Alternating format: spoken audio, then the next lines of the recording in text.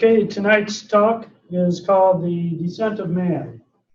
And so you're probably familiar with these types of depictions from textbooks and so forth.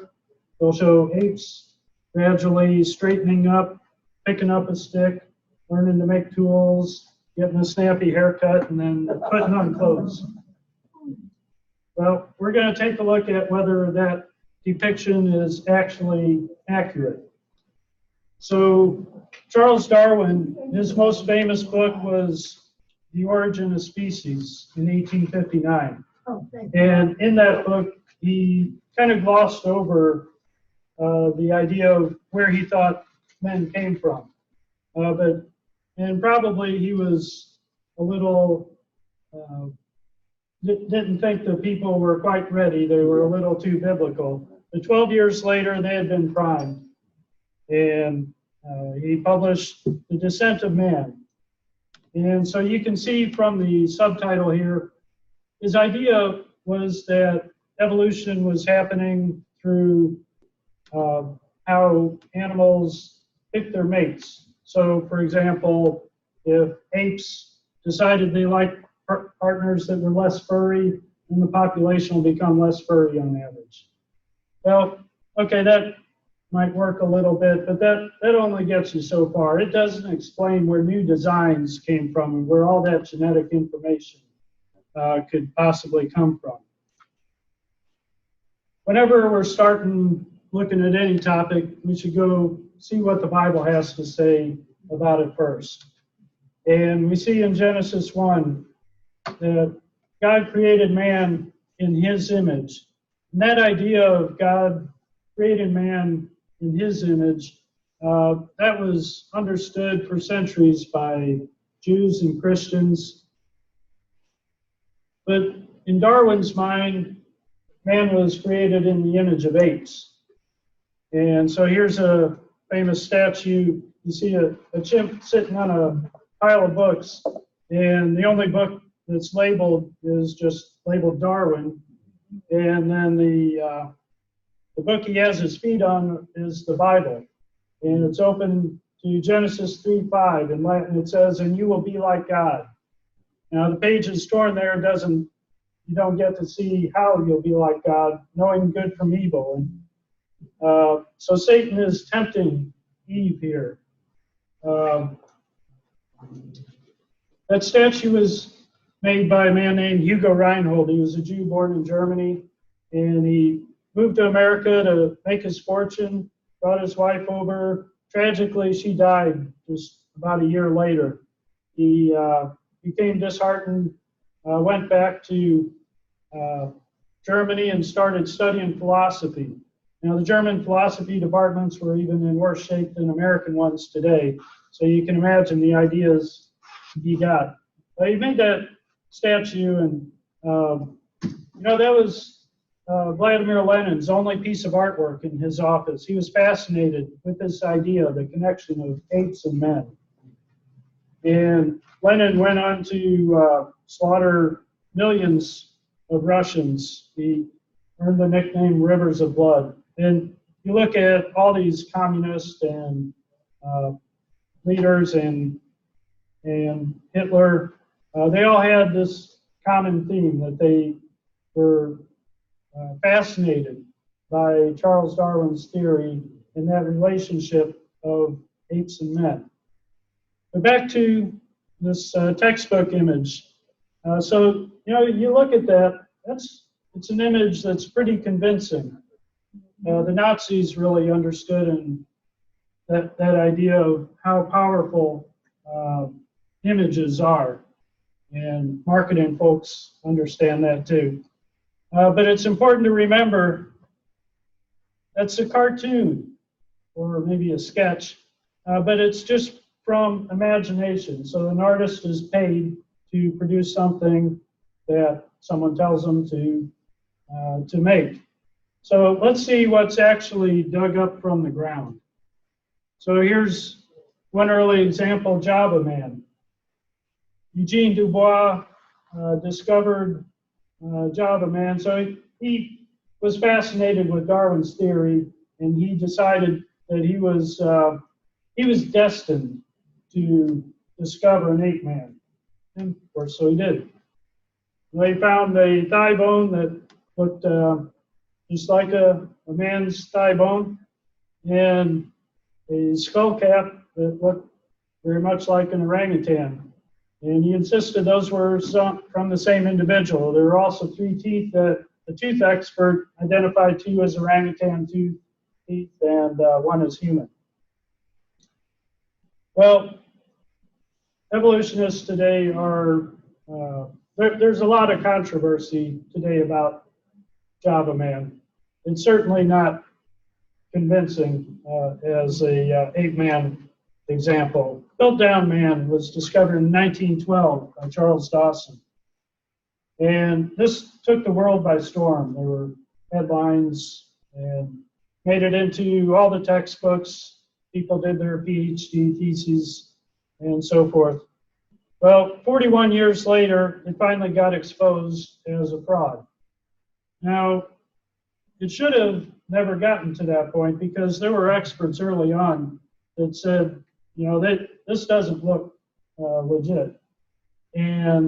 But they were drowned out by all the hype and hoopla of this ape-man find. And the chief suspect is Sir Arthur Keith, who was probably the most renowned, respected British scientist of his day. Neanderthal man. He was actually discovered in 1829, and the people that researchers initially just thought, well, it's an old human. But 1863, they looked at it again, you know, through the years, but by 1863, they gave it a new species name. Well, it was only a few years before that Charles Darwin published Origin of Species, and this whole evolutionary idea started being implanted in people's minds, and then they saw Neanderthal in a new light. Well, if you look at that arrow, that's the jaw socket, and of course it makes sense that what goes into the jaw socket is the jawbone, but you see here it's way forward in this reconstruction in a museum. Well, if you put the jawbone in the jaw socket, suddenly it looks like on the right, looks very human. And that's, of course, what they are. But it points out your preconceptions will influence what you do. And so you need to start with the right assumptions if you're going to be doing good science. And so that's how they depicted Neanderthal man for decades, looking very brutish. More recently, even human evolutionists have acknowledged that, you know, that here's what they think Neanderthal boy might have looked like. They recognize that they were, in fact, just very much like us, except they were very robustly built, stronger than us, and actually larger brains, and they had a lot of technology that they keep discovering signs of. Here's a group of skulls found over in Georgia. That's the Georgia where Asia and Europe meet, not the one where they're having trouble counting votes. But they found 5 different skulls here that all look very different. And the researchers are saying, you know, if we found these all spread apart, we'd be giving them 5 different species names. But they apparently were living together and probably fairly closely related. You know, the point is there was a lot of variety.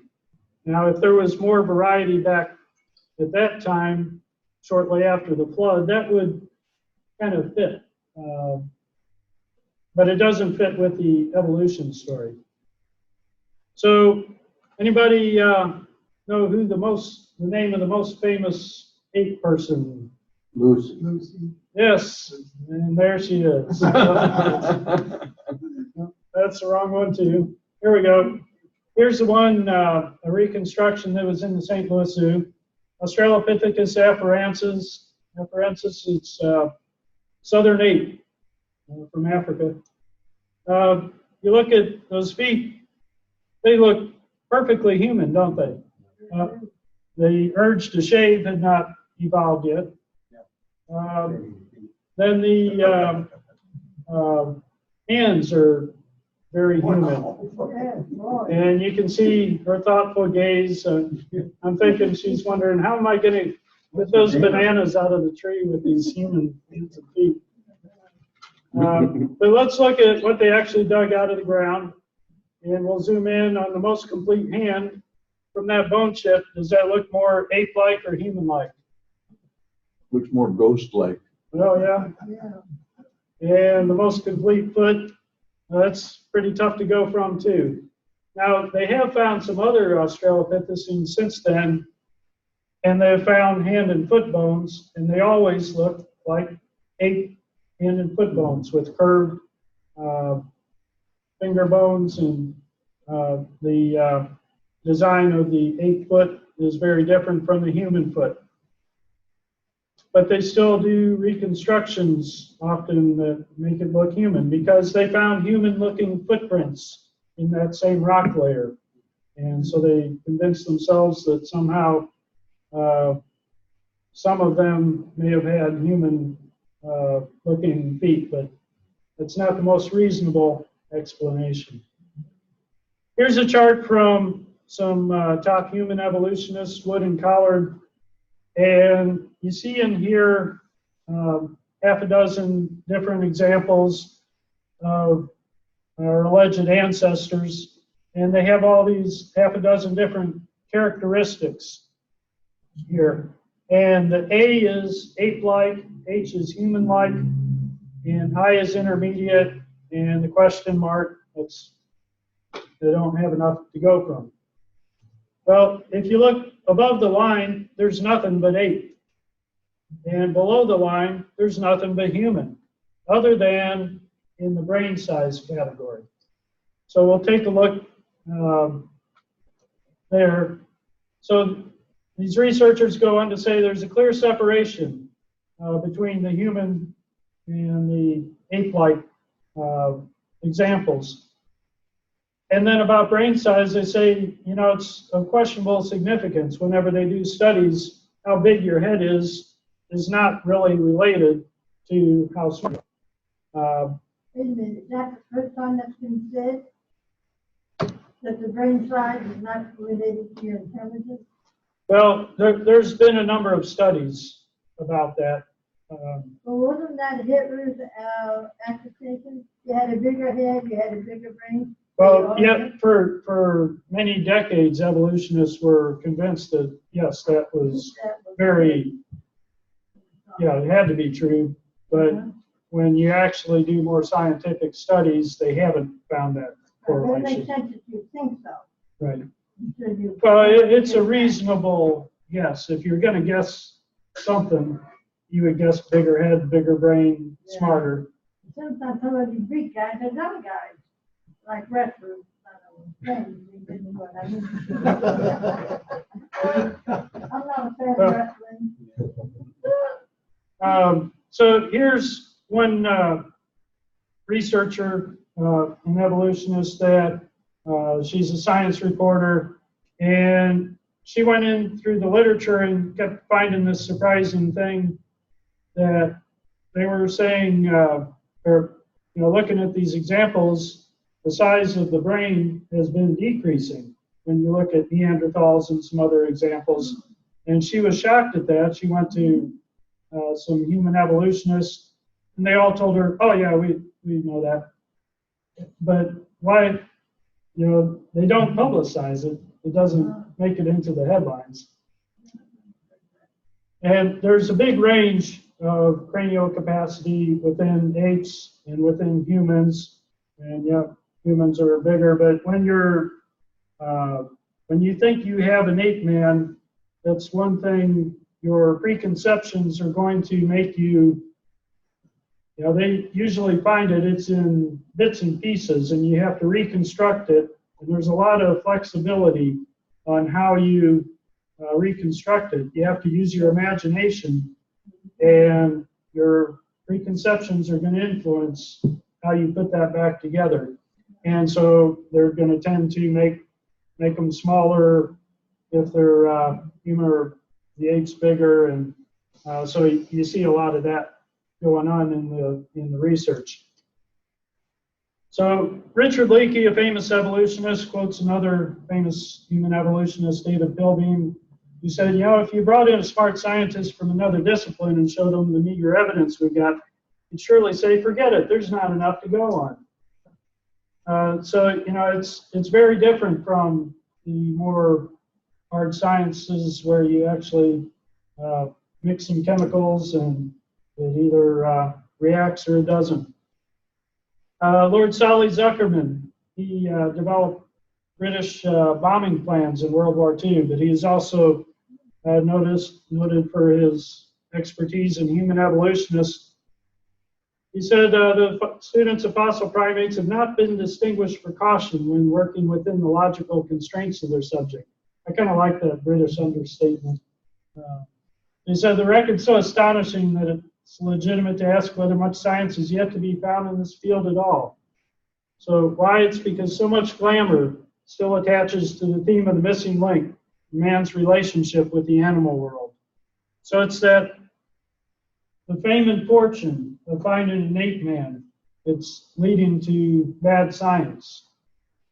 So we have a more recent example, Geico Man. You may remember some of the commercials. Yeah. The joke is, well, Geico's slogan was, "It's so easy, a caveman can do it." And he kind of gets offended. He's a pretty sophisticated guy, and everybody assumes he's stupid. Well, let's take a look at ancient man and see what we can learn. But again, always we want to go back to God's word to see what the foundation should be. And Jesus said, "Do not lay up for yourselves treasures on earth, where moth and rust destroy and where thieves break in and steal. But lay up for yourselves treasures in heaven, where neither moth nor rust destroys and where thieves do not break in and steal."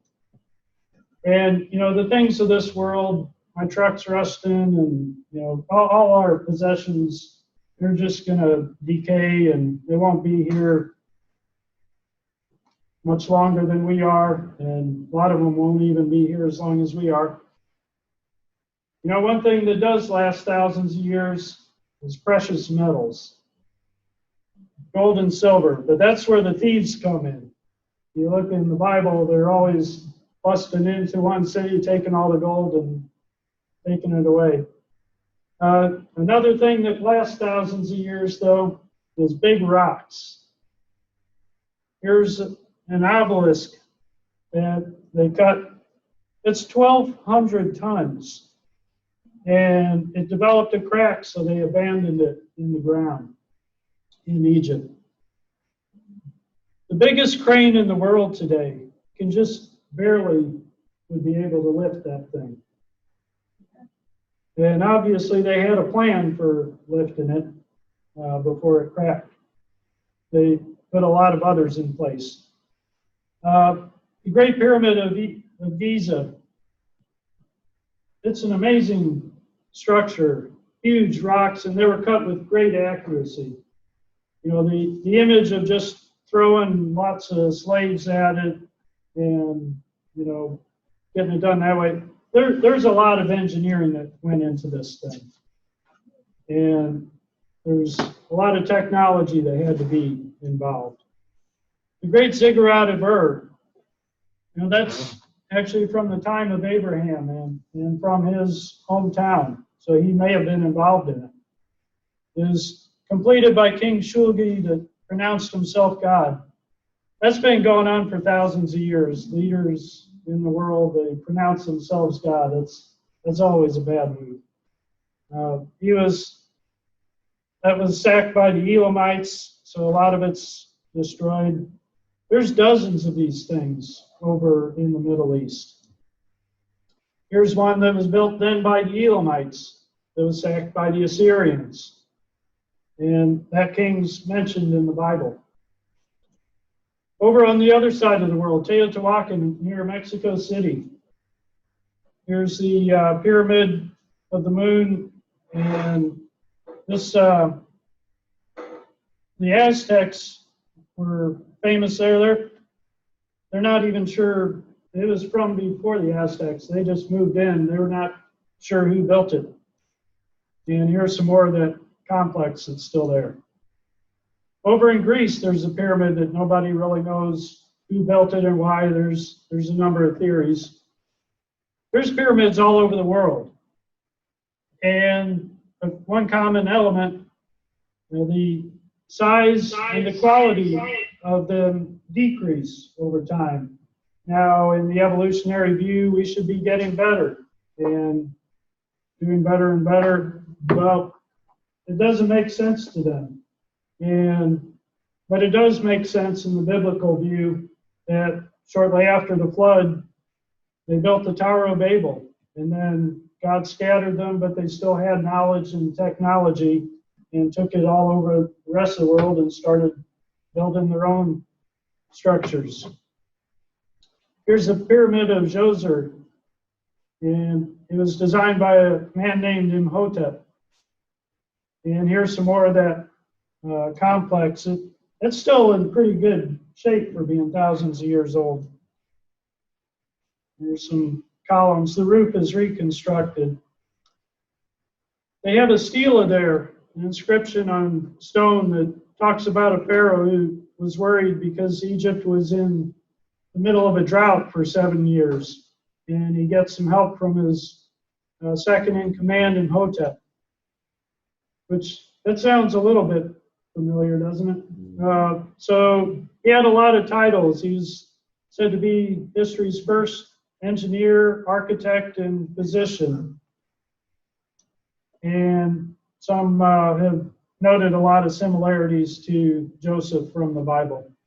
One of his titles was maker of vases, which you might think, well, I've made vases in pottery class or something, but these things are made out of very hard rock, and they're machined. And so there's some technology that was going into those. Here's Tiwanaku in Bolivia, the sun gate made out of a single stone. It's got a crack in it here. It's probably out of warranty now. So the sun rises through the middle on the first day of spring. And here's this sunken courtyard there. They find these faces, and you recognize every so-called racial type seems to be represented in there. So, it could be that there was world travel at the time. It could be there was just a lot more variety of people in their genetics of those early settlers. Either way, it doesn't fit the secular story of a few people wandering across the Bering Strait and then having a homogeneous population. The stonework is incredible here. You can't fit a piece of paper between these huge stones. That's what they think it used to look like. They find these metal clamp, this technology all over the world. So they would chisel out these pockets and then pour metal in them to give it strength, kind of like rebar in concrete today. And you find it all over the world. So did people really invent that independently all over the world? Or was there a common source, either right after the Tower of Babel, probably, from that, or world travel? The alloys here are interesting for those clamps. In Bolivia, they were adding arsenic, which makes it less brittle, and then nickel for strength and corrosion resistance. Now, these people really knew what they were doing, and they smelted it on site. They had to import the nickel in that location. So they call it the impossible city, but obviously it's not impossible because it's there. One thing, it's pretty hard to work at that kind of elevation. Huge stones, there's a lot of technology going into them, and I'm not sure who did it. And they had all kinds of technologies there, irrigation that we could learn from today. And they found older remains. Apparently, the lake there rose over time, and they had to abandon some of their previous work and rebuild it.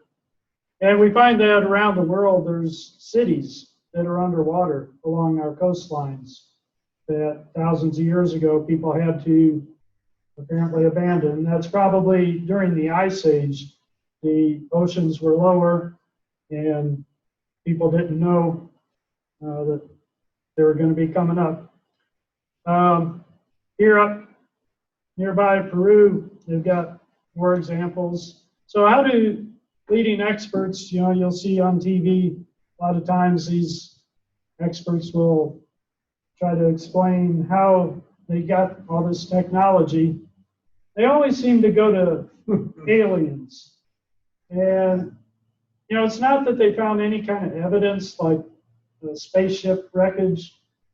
It's just that it doesn't compute for them how they could have had great technology and they could have been that intelligent. So if you're interested in this kind of thing, that's a good resource, The Puzzle of Ancient Man by Donald Chittick. In Isaiah, God, a few chapters later in this account, he makes a prediction about Babylon is going to rise to power and take the Jews captive out of Jerusalem, take them to Babylon. Then Persia will rise as a power, and a man named Cyrus will come to power there, and then set the Jews free and go back to Jerusalem. Now, he said this 150 years before it all happened. What were the odds at Vegas, do you think, for that? And God's challenging people to, hey, why don't you predict something? But anyway, in this whole section, one thing that jumped out once that overlooked for a long time, they talk about welding. This is when they're making idols. And that could be forge welding. Some translations talk about soldering. Both technologies were active back then. But going back further in time, before the flood, here we see Lamech. That's not Noah's father. It's another Lamech. He took 2 wives. That's always a bad idea. Spells trouble. But anyway, one of the sons was apparently a musician. They had instruments then, and another son made instruments. He was a metal worker. He worked with bronze and iron. Now, in your textbook, you'll learn that there was a Stone Age, and then a Bronze Age, and then an Iron Age. Well, the reality is people used the materials that were available to them.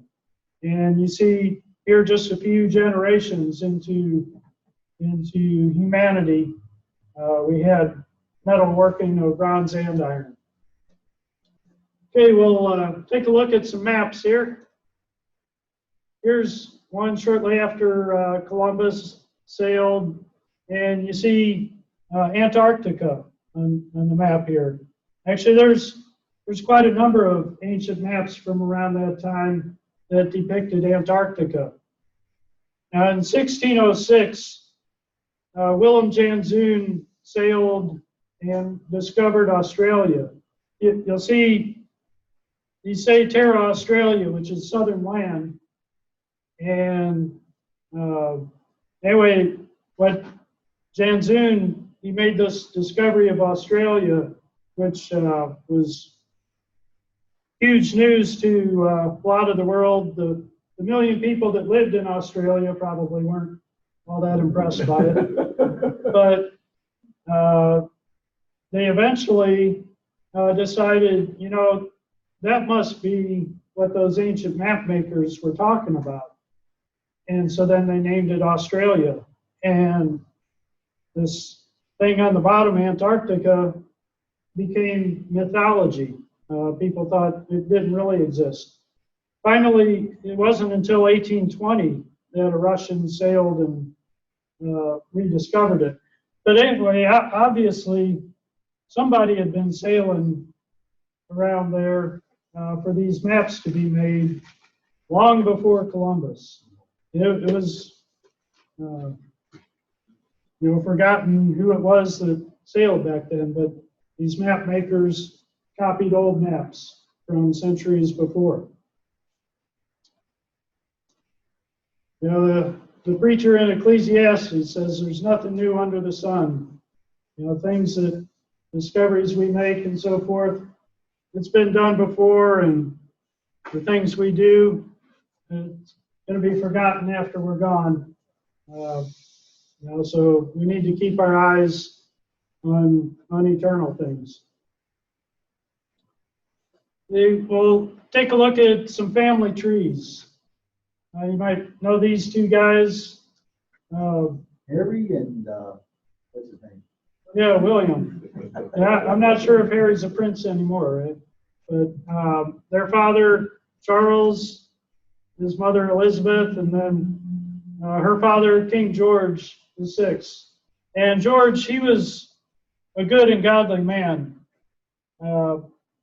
When the troops at the start of World War II were pinned down on the beach at Dunkirk, there was a few 100,000 troops there, and they were about to be annihilated. And they really didn't see a way out.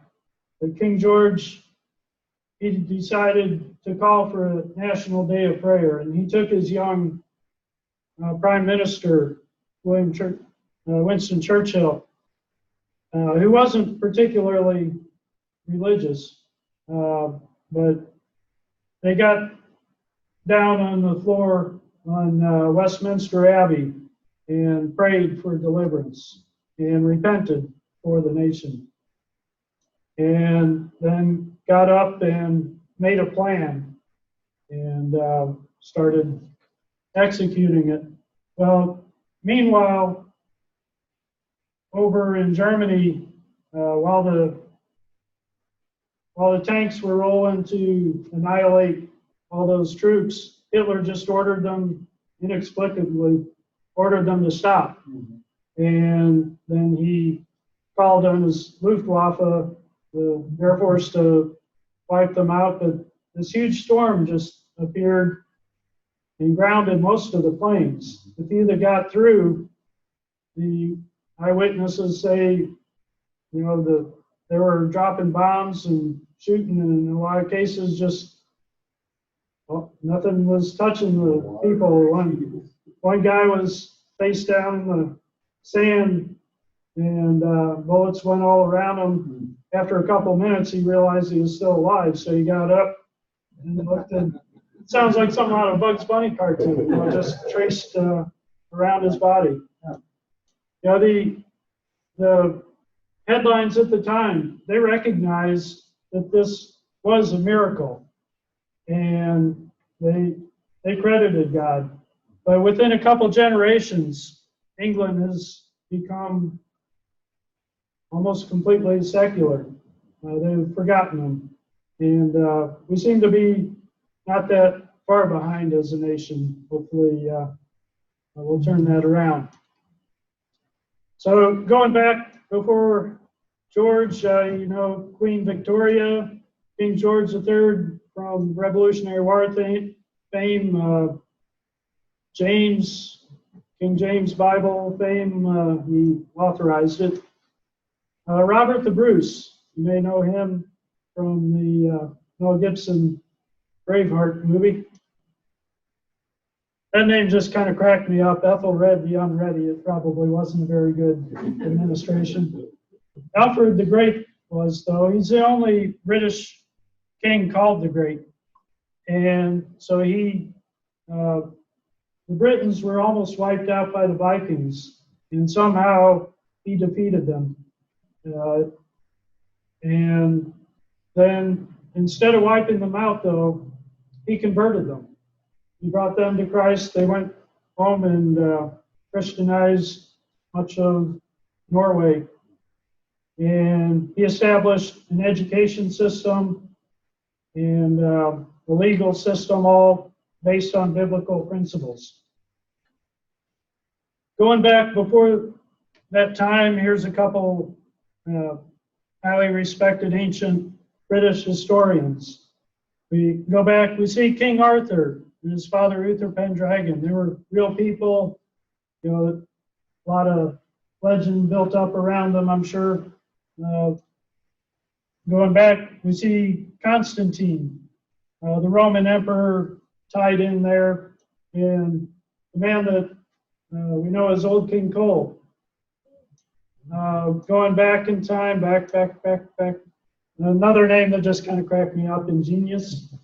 Then back, we see the Norwegians tied in, and they lost a couple hundred years during the Civil War that they don't have records. And then going back, we see King Lear and his 3 daughters.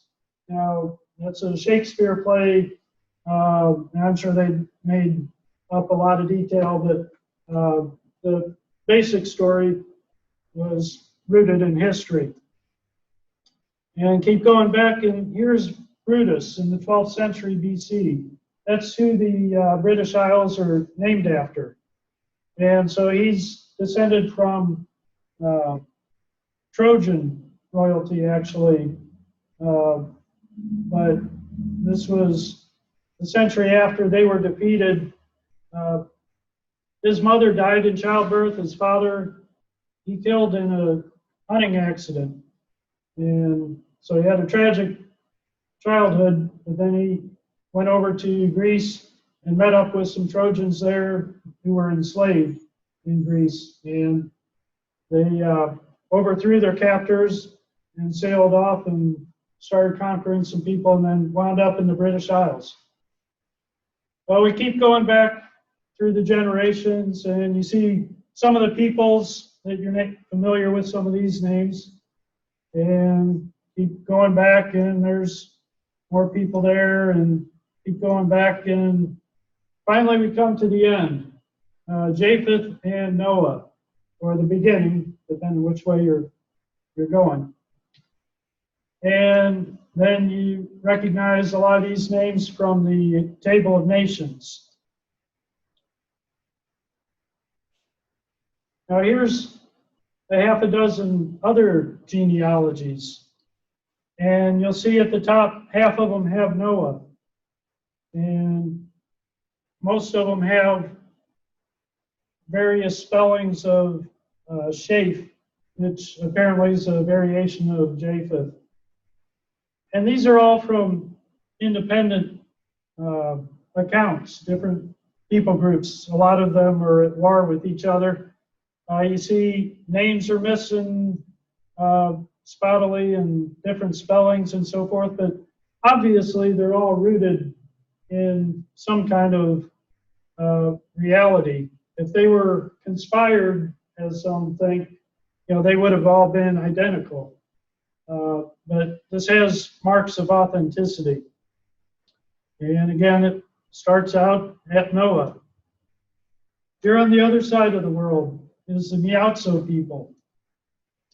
And they had every wedding and funeral. Genealogy, where they came from, is huge for them. So every wedding and funeral, they would count their genealogy. And it goes all the way back to a man named Nua and his wife Galboluen, which we're not told the wife's name in the Bible.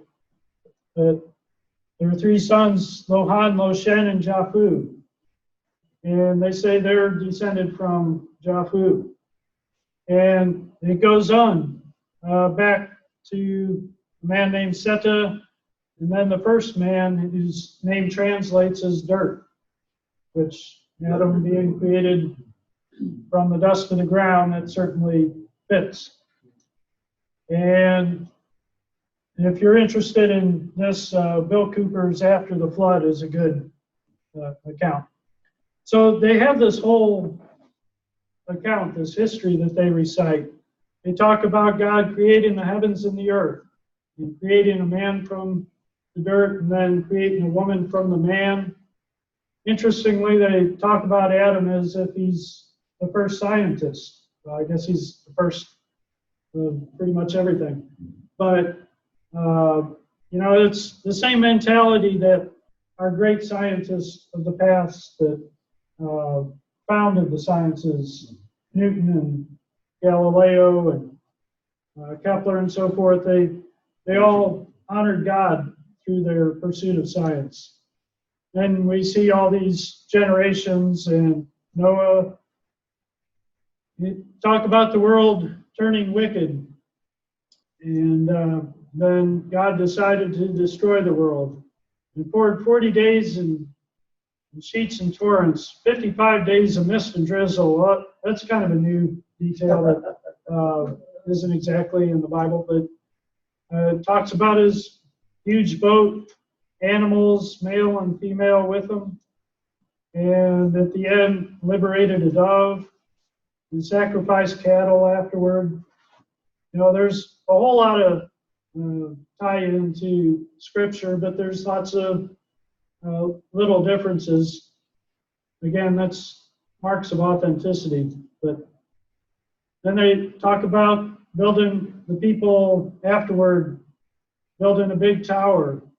And it wasn't right, but they did it anyway. God decided to change their language and accent. And then they scattered around the world. They say they went the globe to encircle, which they say that translates literally, they parted, went, live, encircle, world, ball. But interestingly, when they got there and talked to them, these people thought the world was flat. They didn't connect the dots, from this history that they recite to their understanding of the world.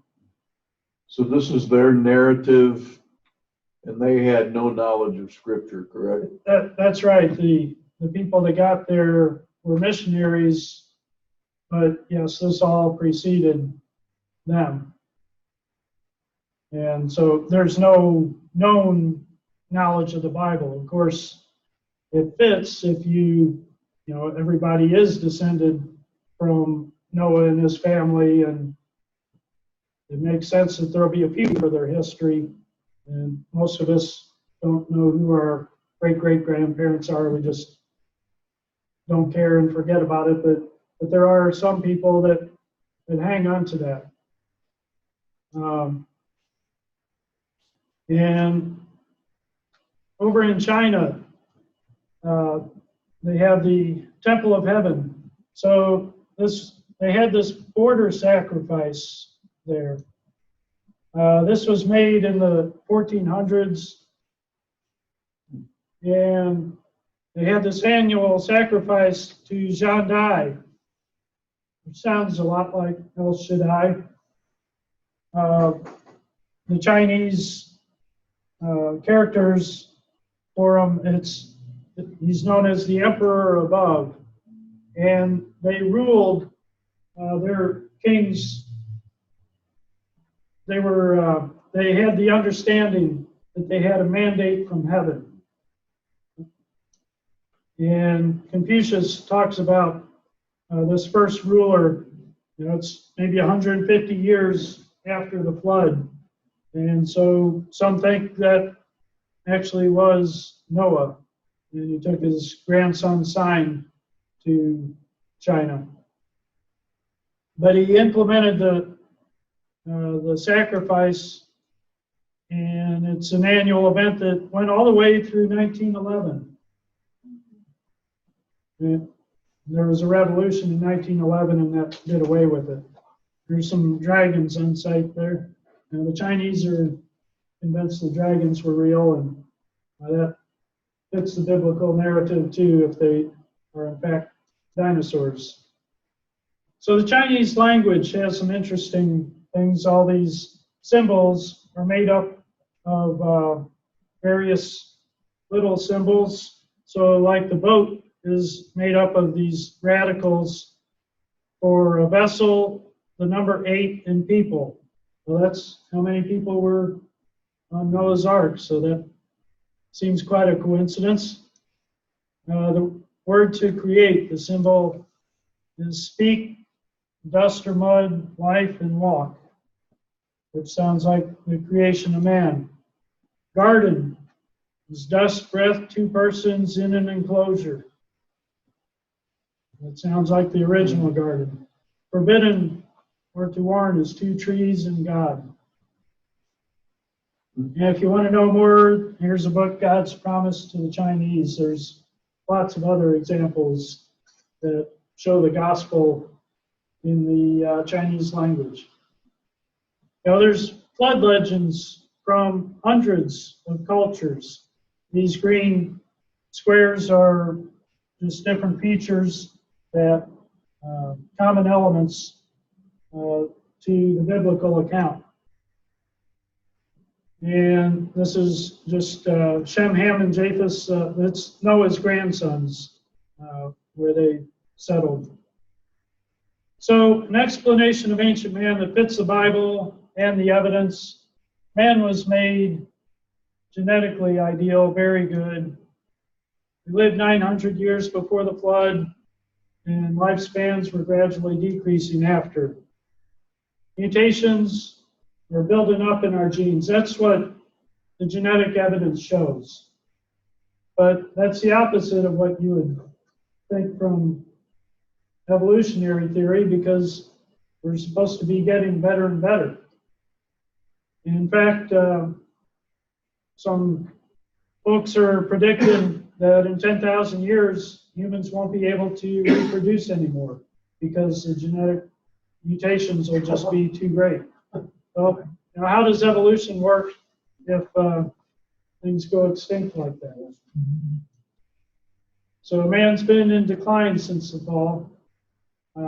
Technology decreased over the centuries. Now, in recent centuries, it's been building back up, bigger populations, some periods of peace, and we're building up on the previous generations. If we didn't have all of that to build up on, if we had to start over, it'd be tough sledding. God's word says that He made from one man every nation of mankind, that we're all descended from Adam and Eve, and everybody in the whole world is about 150th cousins. We're all descended from Noah and his family more recently. But the evolutionary viewpoint in biology textbooks, this is before World War II, they talked about the different races of man, and they would always categorize them. Interestingly, the highest category was always the race of the author, and the race most unlike the author was always the lowest one. Of course, depending on the author, the order may change. Now, they talked in here, this was a very popular textbook that millions of kids were trained on. And they talked about treating people like cattle, breeding them, and eugenics, that the race, the society, and the leaders get to determine who gets to breed and so forth, and talked about a lot of people as parasites, and even whole groups of people. And then about the remedy, they almost seem to be lamenting that, they would, if they were lower animals, and notice they don't say if people were animals, they say lower animals. So they assume people are animals, in fact, here. They say they would kill some of these people off. And, is it any surprise that Hitler took this kind of thinking to its logical end? This was a textbook? Yes. We're talking about population control? Right. Yeah, and it made it into some of the laws of the states here. Sterilization. Yeah. And we have to watch out that this doesn't start coming back. There's some signs of eugenics making a comeback. And they talk about how there's been some success in Europe and also in the U.S. But this kind of thinking, at least the thinking may have gone on, but World War II, when everybody saw the horrors of what it led to in the Nazi concentration camps, they kind of had to clean up the textbooks after that. But so you're Charles Darwin, when he wrote his book, The Descent of Man, he was talking about descent as in the generations who we were descending from. But what we see from history, mankind has been descending in intelligence and capability in many ways from our ancestors thousands of years ago, which makes sense in the biblical view that that our ancestor Adam was made genetically ideal, and we've been going downhill since then. Well, the good news, of course, we'll all get new perfect bodies in the next life. And evolution is a hopeless philosophy. You're here. There's no life after this. You're just gonna be going to dust, and what's the point? Well, we have a hope, and it's a hope founded on reality.